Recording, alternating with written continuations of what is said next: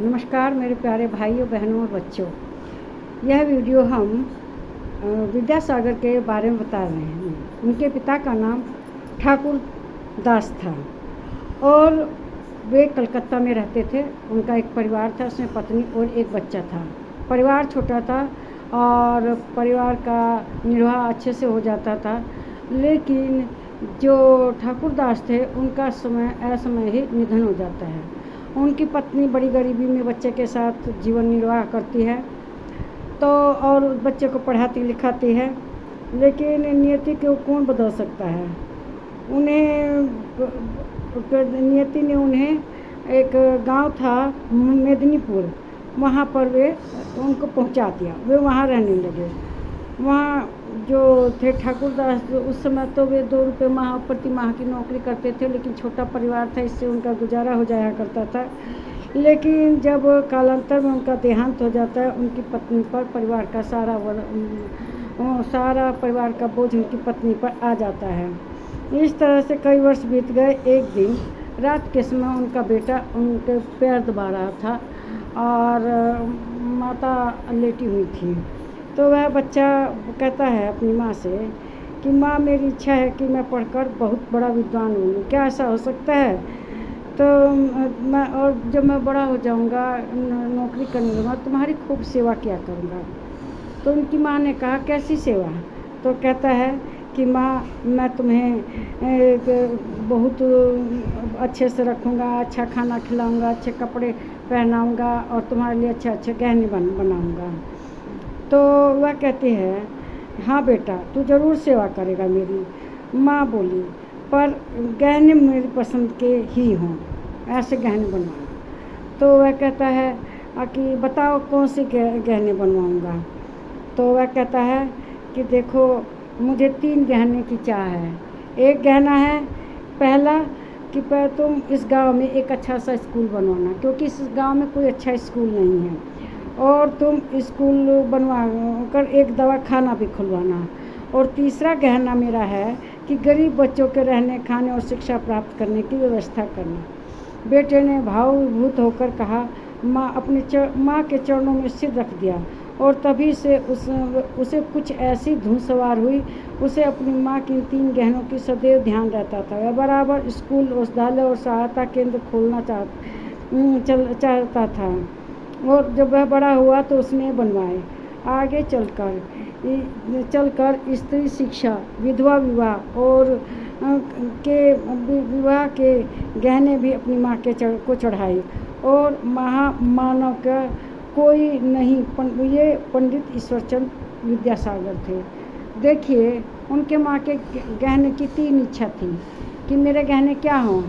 एक तो तुम बढ़िया सा स्कूल बनवाओ, है ना, और दूसरा बढ़िया सा अस्पताल बनाओ जिसमें गरीबों के दवा हो सके, और तीसरा गहना जो है गरीब बच्चों को पढ़ाने, उनकी शिक्षा की व्यवस्था करना, ऐसा बनाना। तो देखिए, उनकी माँ की चाहत यही थी, और उन्होंने आगे चलकर क्या, ये थे पंडित ईश्वर विद्यासागर।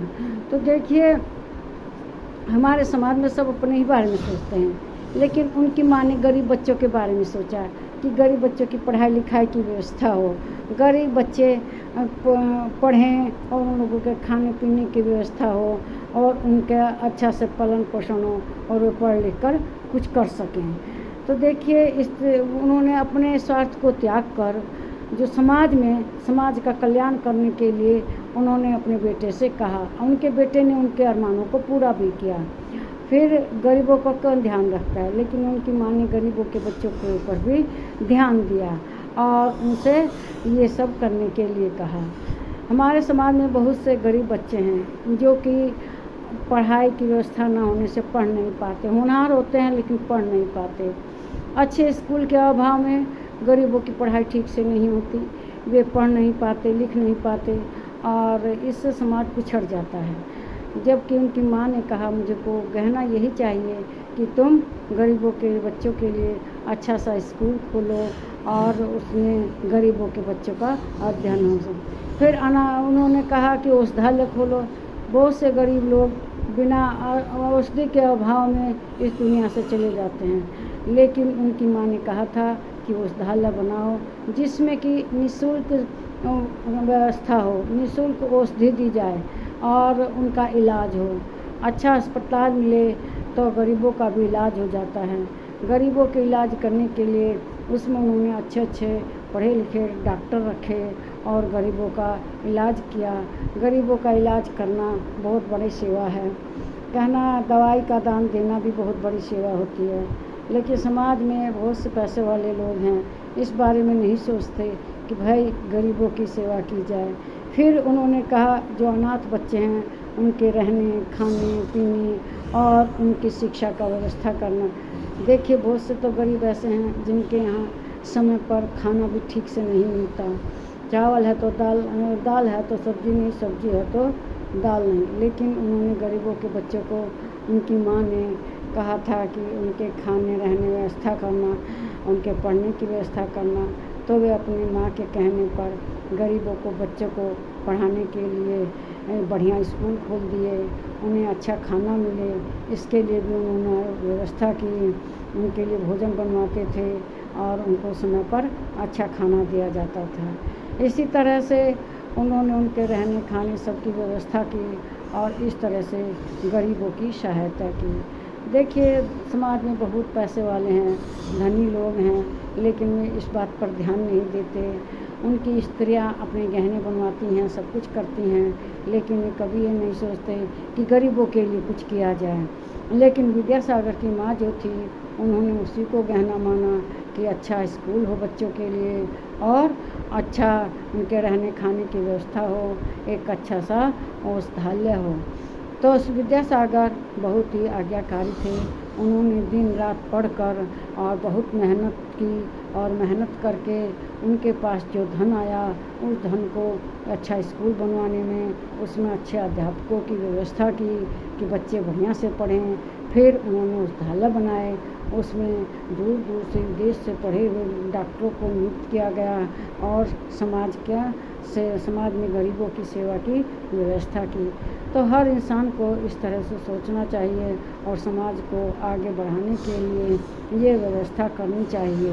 फिर उन्होंने गरीबों के बच्चों के लिए व्यवस्था की कि उन्हें अच्छा अध्यापक पढ़ाएं, उनको अच्छा खाना मिल सके, पौष्टिक आहार मिल सके, इसकी भी उन्होंने व्यवस्था की।